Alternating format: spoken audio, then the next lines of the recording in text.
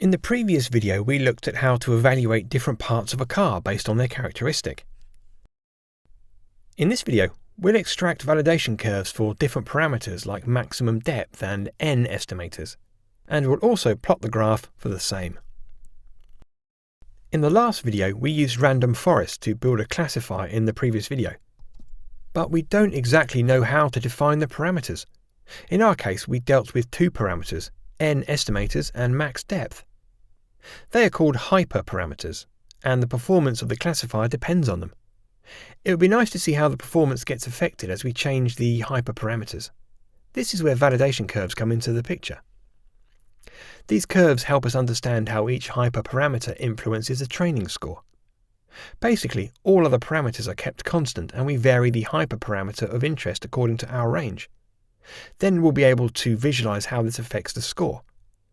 So let's see how we can do this in Python. So in the same file, car.py, which we used in previous videos, add the following code. In this case, we define the classifier by fixing the max depth parameter. We want to estimate the optimal number of estimators to use, and so have defined our search space using parameter grid.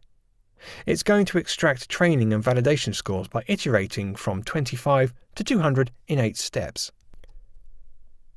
So let's run the code now and see the output. So we obtained the training scores and validation scores for N estimators.